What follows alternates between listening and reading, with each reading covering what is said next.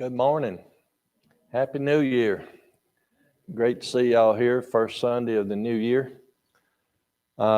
Almost time to begin class. We need to keep in mind all of those that are traveling, that they'll have a safe journey home. Good to see some of them back from their journeys. Also keep in mind all of those that are on the sick list. Just as an update on, we mentioned Cassie as having fallen and broken a hip. She will go to rehab either today or tomorrow. Still having the issue with the brain damage after the spinal fluid infection. So the best they can figure out that happened because they had removed some hardware from her back a few months ago after some back surgery, and the hardware wasn't agreeing too much, so they took it out, and they figured that's when the infection, or at least it was the sort of the tip of the iceberg of where the infection began. So if you would keep that family in your prayer. Good to see Diane out and about. Cheryl Ann out and about. Moody's out there. Lisa, you still doing some better or much better? Fantastic.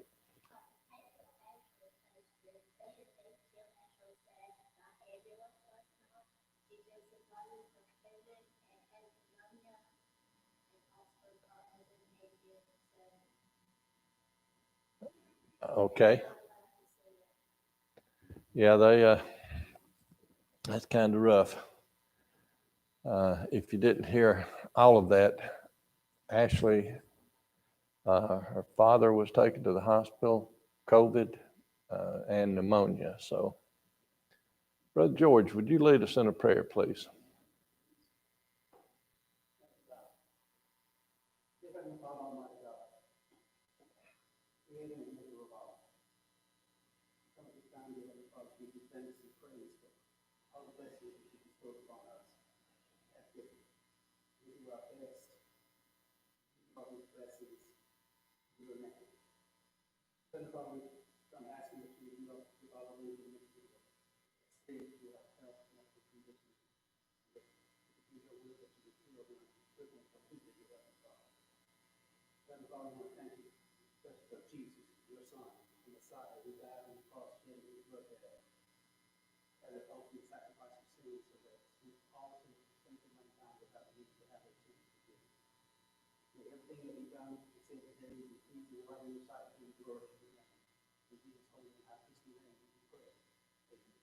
Amen.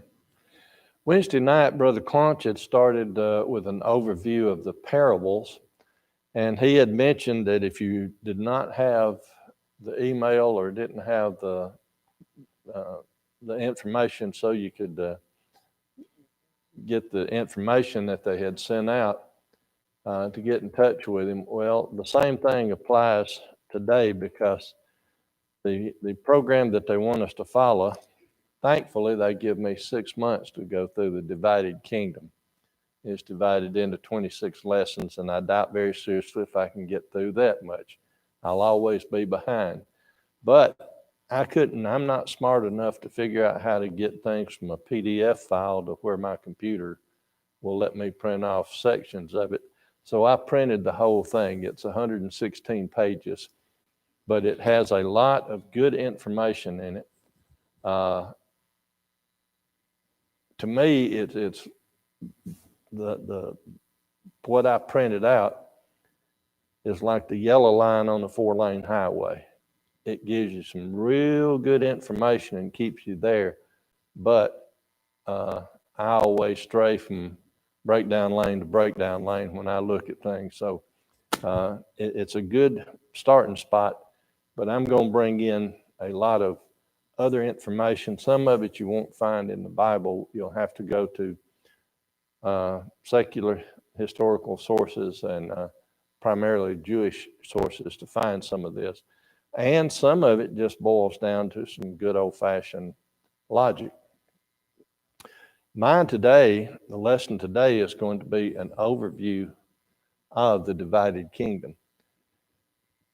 Personally, I feel like if we're going to do an overview of the divided kingdom, we need to know why there is a divided kingdom.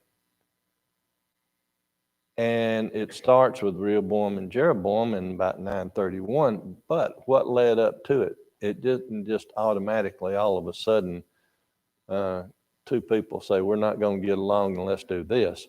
So what we're going to do is we're going to go back and start in 1 Kings chapter 3 and verse 5, because the divided kingdom all starts with Solomon, the last united king.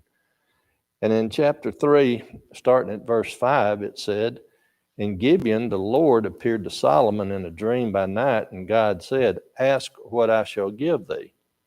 Now, what did Solomon ask for? He asked for wisdom. God thought that was such a good request that if you look down in verse 13, he said, and I have also given thee that which thou hast not asked, both riches and honor. So there shall not be any among the kings like unto thee all thy days. Then he put a condition on it. If you look, starting with verse 14, and if thou wilt walk in my ways to keep my statutes and my commandments as thy father David did walk, then I will lengthen thy days. So God said that he was going to do this for Solomon, but made the request of Solomon or condition of Solomon that he would be obedient, that he would be a good king. Now, if we'll skip a few chapters and go over to chapter 9, it said, and it came, starting with verse 1, and it came to pass when Solomon had finished the building of the house of the Lord and the king's house, and all Solomon's desire which he was pleased to do, that the Lord appeared to Solomon the second time, as he had appeared unto him at Gibeon. We had just gone through his appearance to him at Gibeon and what he requested and what he was told he would get and what the condition was. So the second appearance here, this is kind of a lengthy reading, but I really think it's necessary. Picking up with verse 3, and the Lord said unto him, I have heard thy prayer, thy supplications, that thou hast made before me. I have hallowed this house which thou hast built, to put my name there forever, and mine eyes and mine heart shall be there perpetually. And if thou wilt walk before me as David thy father walked, and in integrity of heart and in uprightness, to do according to all that I have commanded thee, and I will keep my statutes and my judgments, then I will establish the throne of thy kingdom upon Israel forever, as I promised to David thy father, saying, there shall not fail thee a man upon the throne of Israel. But if ye shall at all turn from following me, ye or your children, and will not keep my commandments and my statutes which I have set before you, but go and serve other gods and worship them, then will I cut off Israel out of the land which I have given them, and this house which I have hallowed for my name will I cast out of my sight, and Israel shall be a proverb and a byword among all people. If we will skip down to verse 10, and it came to pass at the end of 20 years, when Solomon had built the two houses, the house of the Lord and the king's house. Now Hiram, the king of Tyre, had furnished Solomon with cedar and fir trees, and with gold, according to all his desire, that the King Solomon gave Hiram 20 cities in the land of Galilee. Now we need to pause there for just a second, because as we go through some reading, we will find out that Hiram, king of Tyre, and that is in the land that was known as the Phoenicians, which is also called the Zidonians. You'll see that word used some. Zidonian and Phoenician are interchangeable. Hiram was king of Tyre, And that's where all this good wood and everything come from. And if you remember on your map, if you'll go along the coastline up here and pick out Tyre, over inland is Galilee, the land of Galilee. So if we'll pick up there and look at verse 12, Hiram came out from Tyre to see the cities which Solomon had given him, and they pleased him not. Why would somebody receive 20 cities and not be pleased with them? Now, this gives you some, like I say, some good old North Alabama common sense and logic here. Probably wanted more? Not exactly. If you look, what did I just say about who he was? He was a Phoenician. He was Tyre. What were Phoenicians known for? You said it. Shipping. They were water people. He thought that when Solomon was going to give him some, now I'm making a conjecture here. I'm making a conclusion. But if they're water people and he was going to be given cities, he probably assumed that Solomon was going to give him beach cities south of Tyre. Instead, he goes landlocked. If I were a Navy person, I wouldn't want to go landlocked. So that is let's look at 2 Chronicles 8 and verse 2. 2 Chronicles 8 and verse 2.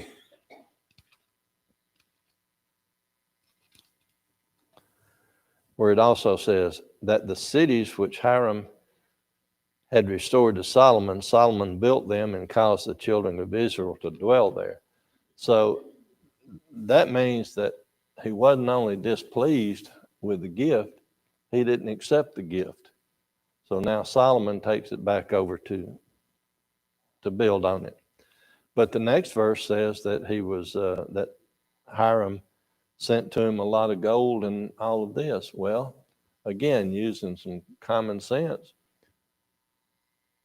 if you give me a gift I don't like and I return it to you, why am I going to turn around and give you something very valuable? One, I'm not going to be mad at you or I wouldn't do it. So he just didn't like what he was given. And again, he wasn't upset with him. He just didn't like it. Through Jewish history and tradition, there is the thought that Hiram also gave Solomon one of his daughters to marry, but there's nothing scriptural that you're going to find to back that up. So that's just a side thought.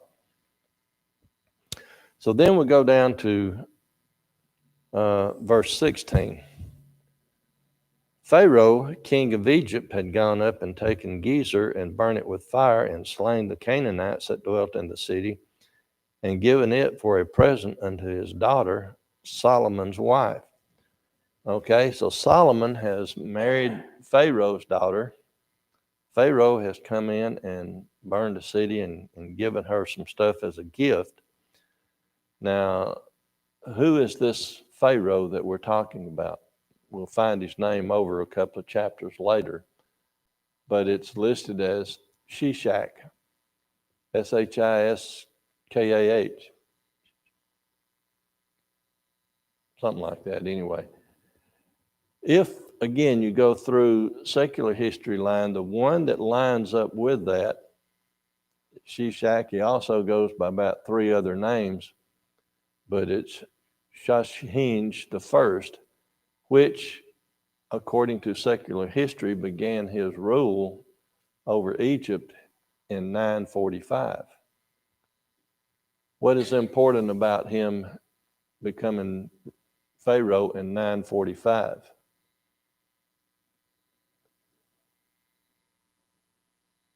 Who is the united king during this time? Solomon.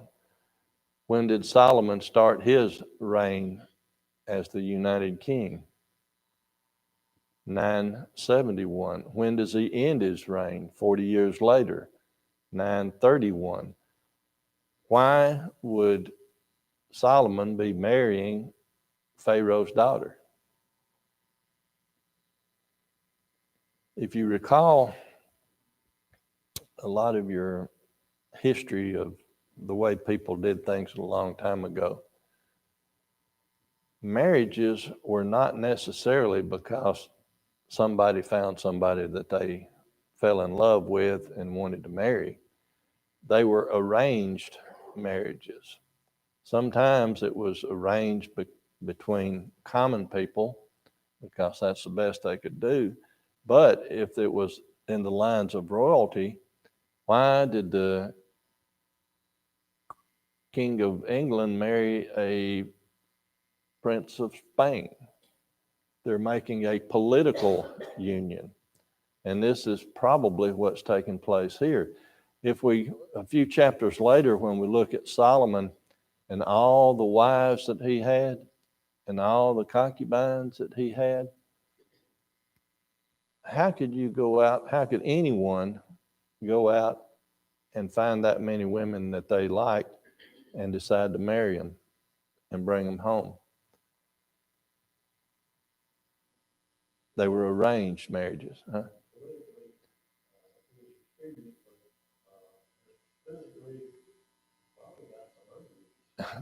Probably did. But they were more than likely. But with them being arranged because of political in nature, that to me that just makes common sense why he come up with so many. Because if you go into Chronicles, it says he had 60 wives and 80 concubines. Well, in Kings it says he had how many? Hundreds.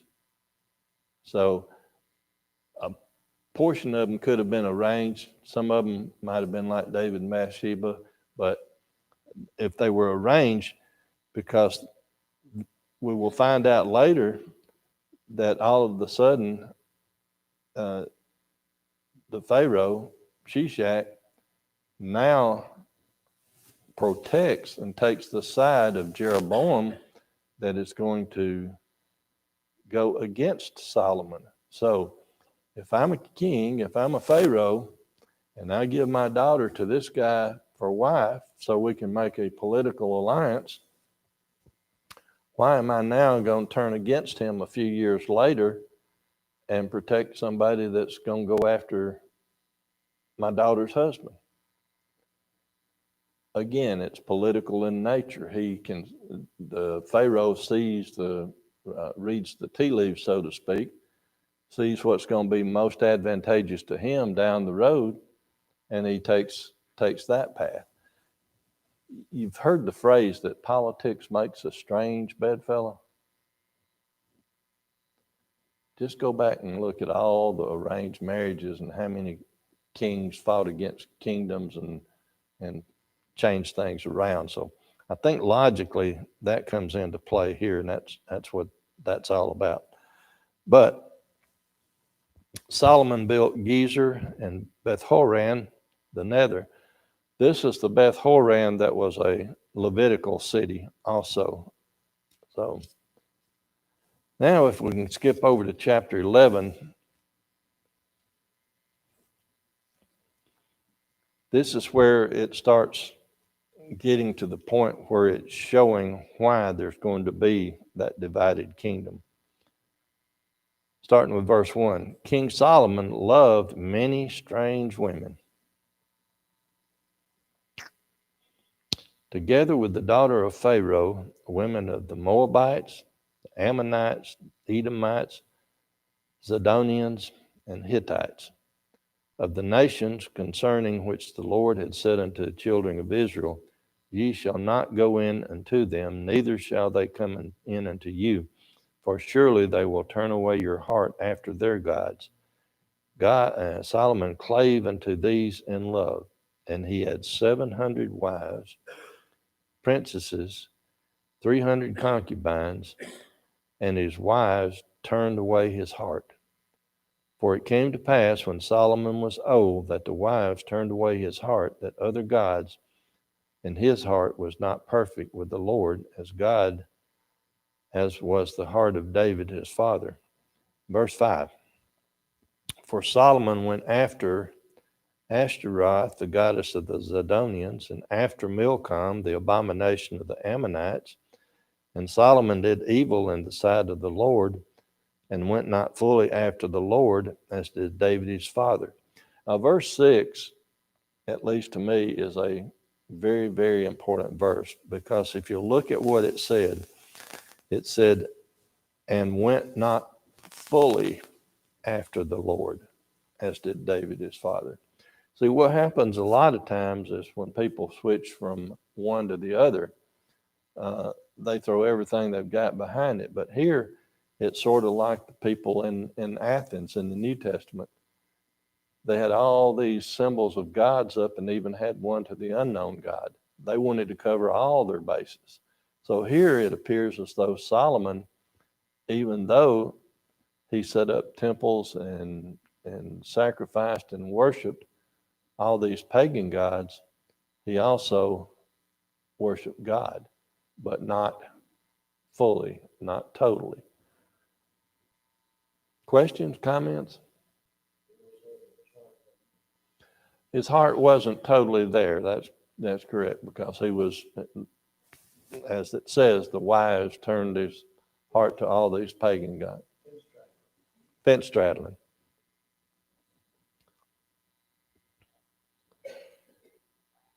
If you go on in that reading that we just started, verse 7 also says he went after Chemosh of Moab, and Molech, the abomination of the children of Ammon, and did he for all his wives which burned incense and sacrificed unto their gods.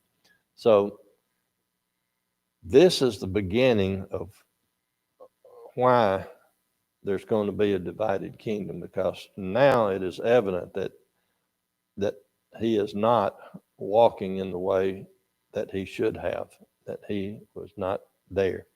Verse 9 picks up and says, the Lord was angry with Solomon because his heart was turned from the Lord God of Israel, which appeared unto him twice. If God appears to me one time in person, that's going to get my attention. Here, God appeared to him twice. And apparently it still didn't fully get his attention. If we'll drop down then to verse 14, and the Lord stirred up an adversary unto Solomon, Hadad the Edomite. He was of the king's seed in Edom. For it came to pass when David was in Edom, and Joab, the captain of the host, was gone up to bury the slain, after he had smitten every male in Edom, for 6 months did Joab remain there with all Israel until he had cut off every male from Edom. So God is setting up an adversary against Solomon. If we will skip on over a few verses,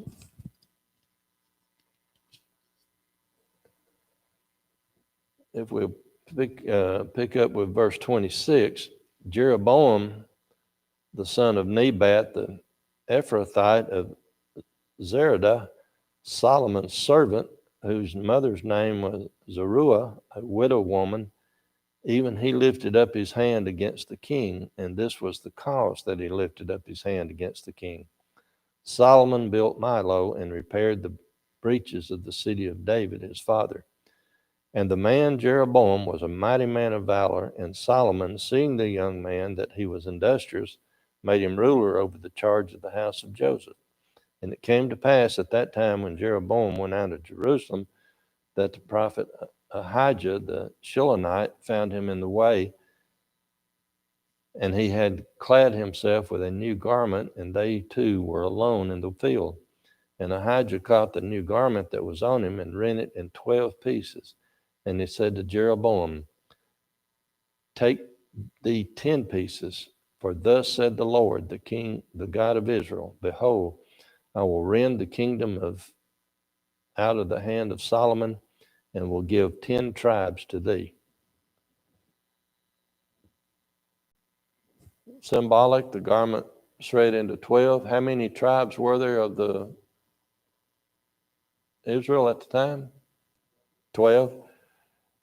He's going to take 10 of those tribes and give them to Jeroboam, who was not of royalty. He worked in the house of David. He was over some of the stuff, but he was not in line to be a king through Solomon. But he was going to give him that. And it all boiled down to the fact that Solomon had changed. Solomon was not fully on the Lord's side. He was scattered among everything he had done. It was in Deuteronomy 17:17, I think, where the instructions were that they shouldn't do multiple marriages and go after wealth and all this other stuff. So Solomon is definitely doing things not right. If we'll then look at chapter 12. Now Solomon dies in chapter 11, and he's buried. Well, let's pick up with verse 40 in chapter 11 first off. Solomon sought therefore to kill Jeroboam, and Jeroboam arose and fled into Egypt unto Shishak, the king of Egypt, and was in Egypt until the death of Solomon. So I pointed that out a little bit earlier, and this is the verse that ties it together, that Shishak was now protecting somebody that was not a friend of Solomon. And the rest of the acts of Solomon and all he did and his wisdom, are they not written in the book of the acts of Solomon? So Solomon reigned 40 years, was buried in the city of David, which is Jerusalem. And Rehoboam reigned in his place. Now, when Rehoboam first began his reign in his place, what did he do? He sought counsel from whom? Pardon? Before the young folks, he sought counsel from the old folks. But then he turned around and went and sought counsel from the young folks, and he listened to the young people instead of the old people. And we pick up in verse 6, and King Rehoboam consulted with the old men that stood before Solomon his father while he yet lived, and said, how do ye advise that I may answer the people? Well, they told him, but then in verse 8 he says, but he forsook the counsel of the old men which they had given him, and counsel with the young men that were brought up with him and which stood before him. Skipping down to verse 12, well, in between the verse that we just read in verse 12, it shows that Rehoboam listened to the counsel of the young people and made the comment that he would make their labor that much harsher than what his father Solomon had done. So then we pick up with verse 12, where Jeroboam and all the people came to Rehoboam the third day, as the king had appointed, saying, come again the third day. And the king answered the people roughly, and forsook the old men's counsel that they gave him, and spake to him after the counsel of the young men, saying, my father made your yoke heavy, and I will add to your yoke. My father also chastised you with whips, but I will chastise you with scorpions.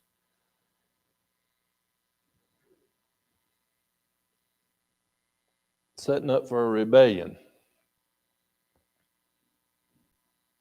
God's going to help them. If we skip down to verse 19, so Israel rebelled against the house of David unto this day, and it came to pass when all Israel heard that Jeroboam was come again, that they sent and called him into the congregation and made him king over all Israel. There was none that followed the house of David, but the tribe of Judah only, and Benjamin. So to me, in essence anyway, the whole reason that there was a divided kingdom at all was because Solomon had not done what the Lord had requested him to do or told him to do. He created the situation, so the God removed part of the kingdom from his hand, set up the divided kingdom. Now, very quickly, Judah and Benjamin to the south was with Jerusalem, its capital. The 10 tribes to the north, referred to as the northern kingdom or Israel, Jeroboam had set up Shechem as the capital of where he would live. If you recall, we just said that Shishak came in and burned Gezer and gave part of that to his daughter, Solomon's wife. Well, while it was the United Kingdom, that was okay, but now Gezer is north of that line. Gezer is actually in the area of the 10 tribes of the north and not the 10 tribes of the south that are ruled by the kings through the line of Solomon. Questions or comments? Now I'm going to go to the book and we're going to be asking some questions. There's about 25 questions in the book that give us an overview.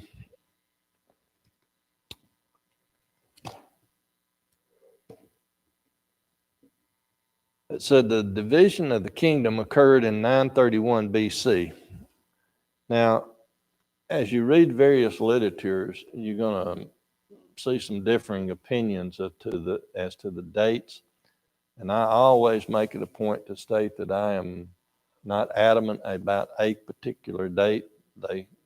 And here I've seen things in the 945 range to the 970 range is when the divided kingdom came into existence. However, with this book saying 931 and the majority of what I trust in my studies, I'm going to put it in the 931 range here. So the book is going to be, we're going to use it, and it's going to be probably as close as we can get, but not going to be dogmatic about it, okay? But started about 931. The kingdom of Israel, also called the northern kingdom, included how many tribes? 10 tribes. That's in 1 Kings 11:31. We're not going to take time to read some of this. And most of these questions we're going to be able to answer pretty quickly because everyone in here has got some pretty good Bible knowledge behind them. The kingdom of Judah, also called the southern kingdom, included which tribes? I'm sorry? Judah and Benjamin. Who was the first king of Israel?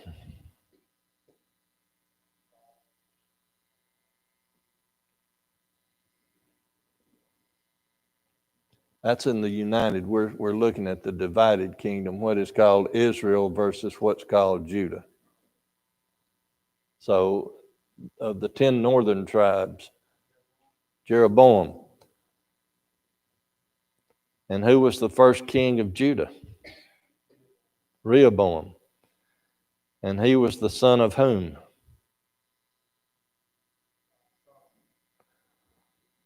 And let's read that one. Let's go to 1 Kings 14 and 21.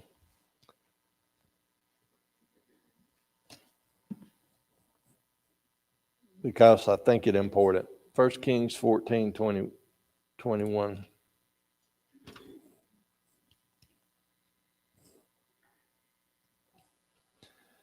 And Rehoboam, the son of Solomon, reigned in Judah. Rehoboam was 41 years old when he began to reign, and he reigned 17 years in Jerusalem, the city which the Lord did choose out of the tribes of Israel to put his name there. And his mother's name was Naamah, an Ammonitess.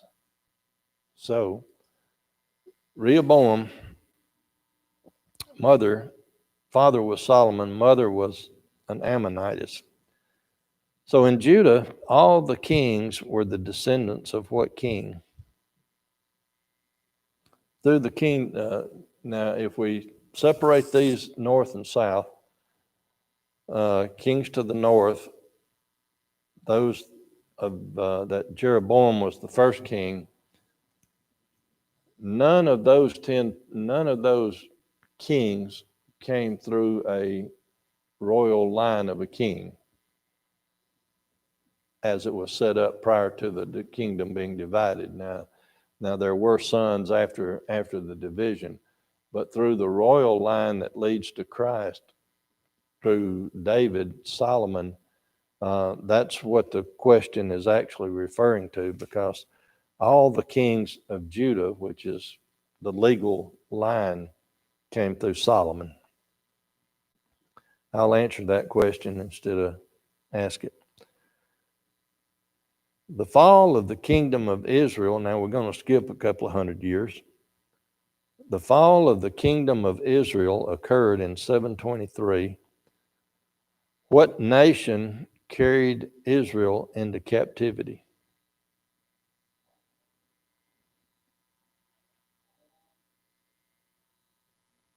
Babylon that's later.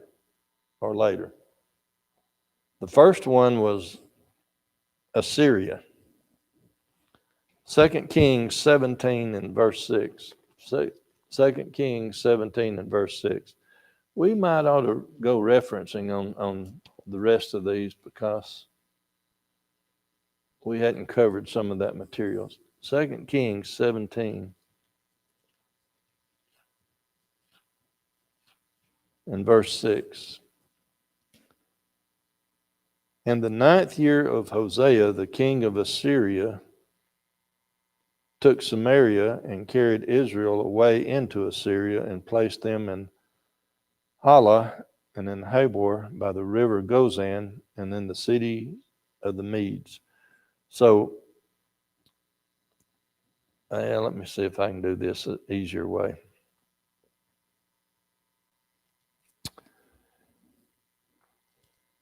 You've got the two different kingdoms being ruled, the divided kingdom right now. And you would think that if you had 10 tribes in one and 2 tribes in the other, who is the strongest? 10 tribes. And by number, they were. But militarily, which is going to be the stronger? Pardon? The one that God backs.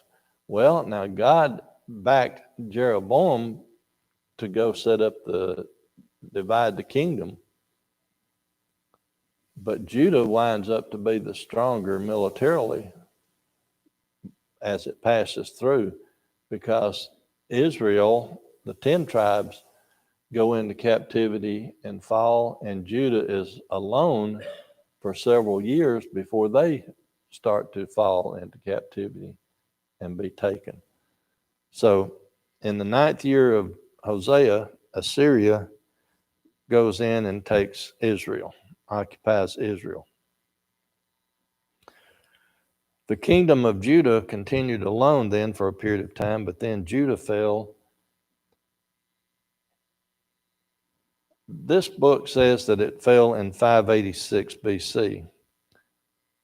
And which nation carried it into captivity?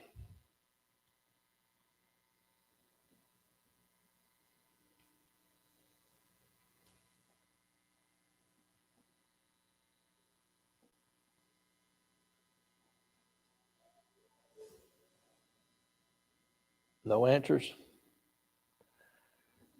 Now we come to Babylon. Okay. Did you say anything and I missed it, or was? Yeah, okay.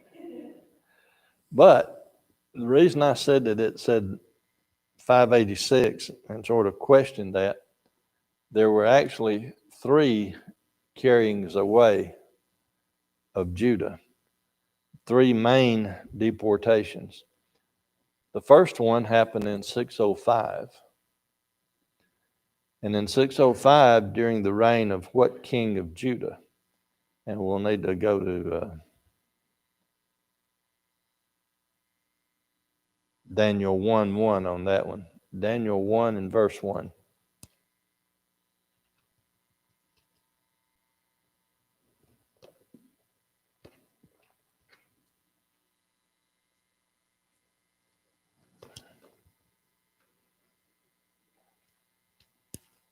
And we'll just stay in Daniel for a minute or two.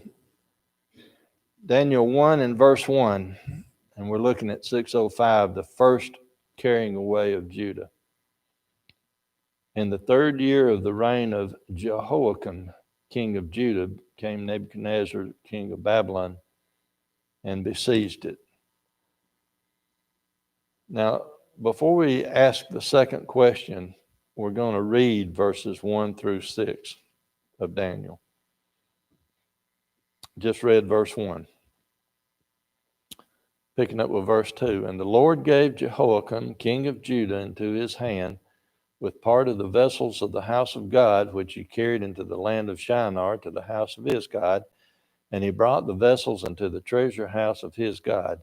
And the king spake unto Ashpenaz, the master of his eunuchs, that he should bring certain of the children of Israel, and of the king's seed, and of the princes, children in whom was no blemish, but well favored and skillful in all wisdom, and cunning in knowledge, and understanding science, and such as had ability in them to stand in the king's palace, and whom they might teach the learning and the tongue of the Chaldeans.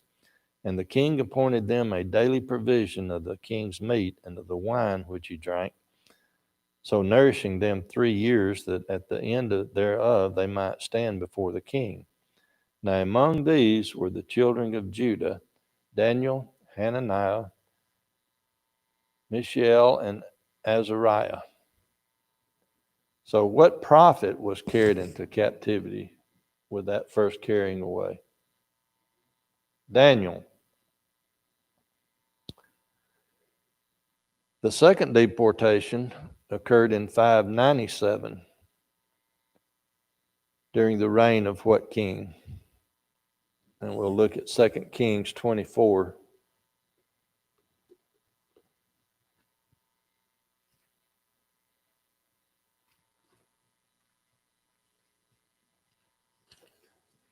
Second Kings 24, 8 through 12.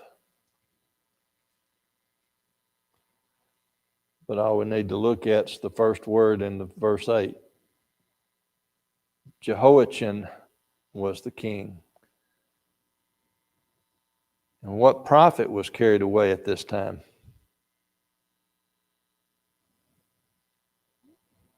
I'm going to give you the answer by telling you which book to go to. Go to Ezekiel 1.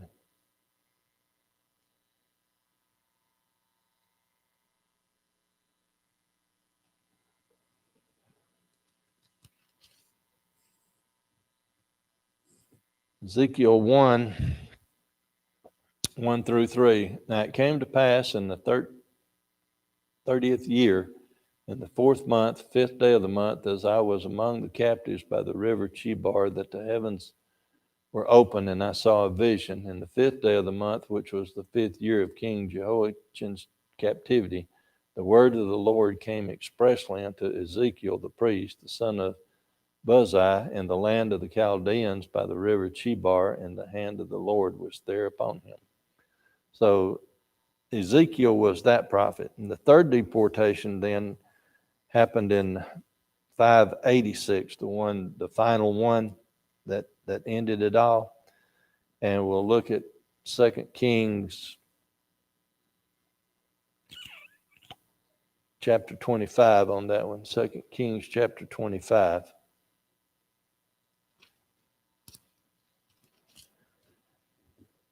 And reading verses 1 through 7 on that, you come up with the king Zedekiah.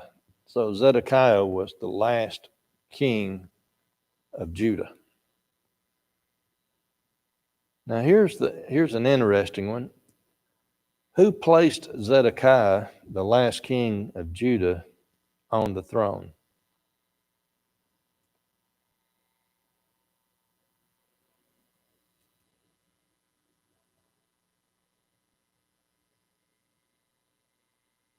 Who placed him on the throne?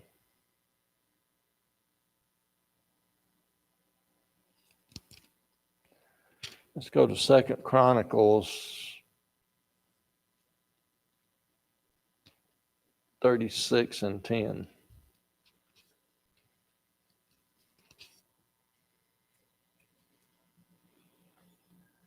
And when the year was expired, King Nebuchadnezzar sent and brought him to Babylon with the goodly vessels of the house of the Lord, and made Zedekiah his brother king over Judah and Jerusalem.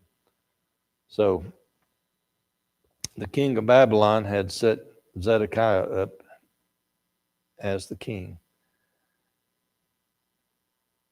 Now the last two kings of Judah were Jehoiachin, sometimes called Jeconiah and Coniah, and Zedekiah.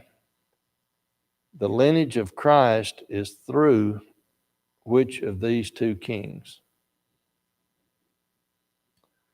We need to go to Matthew to find that one. However, if you just reason it out a little bit, it was Jehoiachin.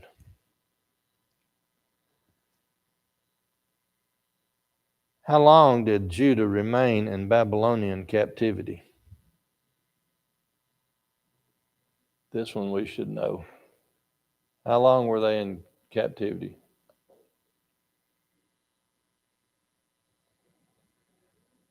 How long? Back up 10, 70 years. Who issued the decree that allowed the children of Israel to return to Jerusalem?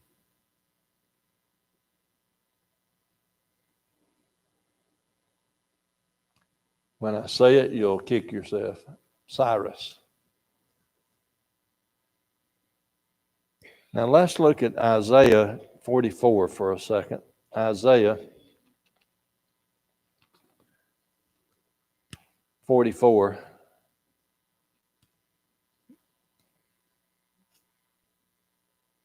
Because I think that to me this is kind of interesting. Isaiah 44 and verse 28.